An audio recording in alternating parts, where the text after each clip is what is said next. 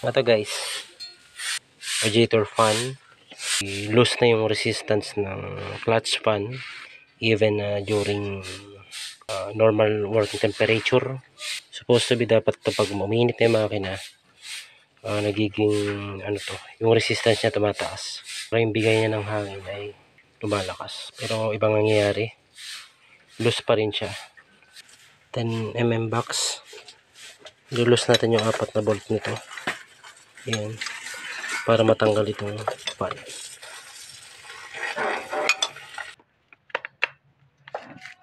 So, unahin na natin to.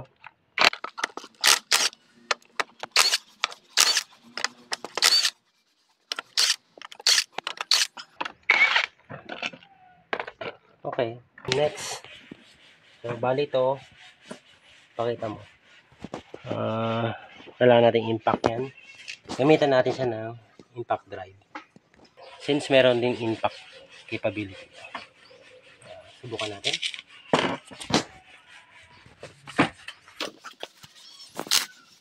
O, diba? Mas madali. O, diba? Madali siya, guys. O, diba? Madali. See? Kasi may impact din siya. Hindi mo siya mabubuksan kapag ordinaryong Phillips screw lang gagamitin. Mabibilog lang yan. So, using an impact wrench or impact driver, tanggalin ito pala. Kailangan na maglagay ng marking. Kasi kung saan natin yung tatanggalin, doon din natin babalik later. Dito nyo siya ipapunch guys para maghiwalay itong dalawa dito. Sa mga yan. Yan. So, gagamitin nyo lang siya ng minimal na persa. Pupukpukin nyo lang siya. Pak. So, yan guys. Pinukpok ko lang siya ng 2 beses. As you can see, tanggal na. At ito na yung kanyang loob. Din siyang, yan.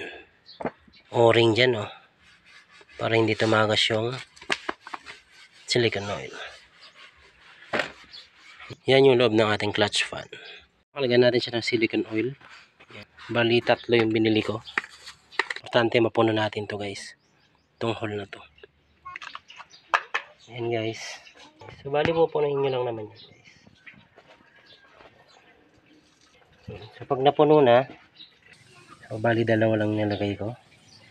Naka-level na. So dito pa lang nagbabago na yung ikot niya. Medyo humihigpit na siya. So hanapin natin ulit yung marking natin. Kung saan natin tinanggal kanina. Sunodin yung marking ko. Yan, yung nakita ko na yung marking ko yun. So yun. So i-reverse lang natin pabalik. Yan. Bali ito pala guys. Pupunasan lang natin. Yan. Para matanggal yung old silicone niya.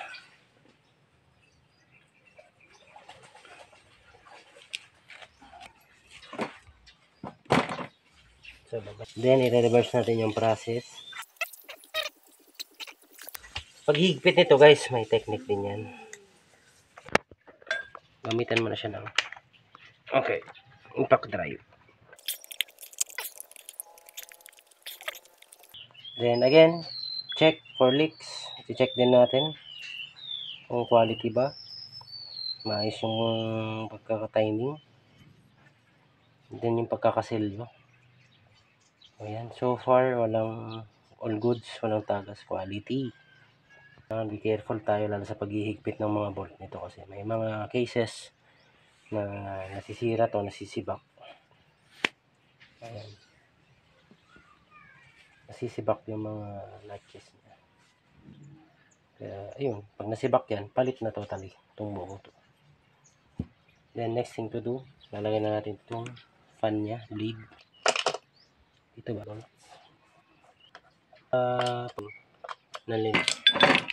This time gagamitin ko lang siya ng ratchet. Iyan.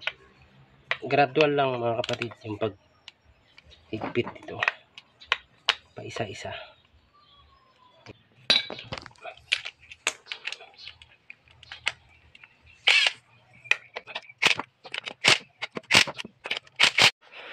Ayan guys, malinis na rin. Huwag nyo siyang kakalimutang linisan din. Pagkabalik natin ng parts, dapat cleaned and dried para quality. Okay. Yan, kabilaan yan guys. Pag naghihigpit kayo, dapat kabilaan. Ayan. Isang technique pa para mahigpitan mo ng maluwag yung nasa baba. Bali, ang gagawin nyo dyan guys, tanggalin yung parking brake. Kakambyo siya doon. Then, yan. Para yan, lumipat yung nasa ilalim ng bolt, lilipat yan sa taas. Kailangan nyo itulak dito. Sa harap. Oh, pansinin nyo guys. Hop. Kita nyo yan. Ayan. As you can see, habang tinutulak-tulak pa dito, gumagalaw naman yung pulley. Yan. Up. Final type. Good. So, magte-testing na tayo ngayon. Yan. So far, yun o.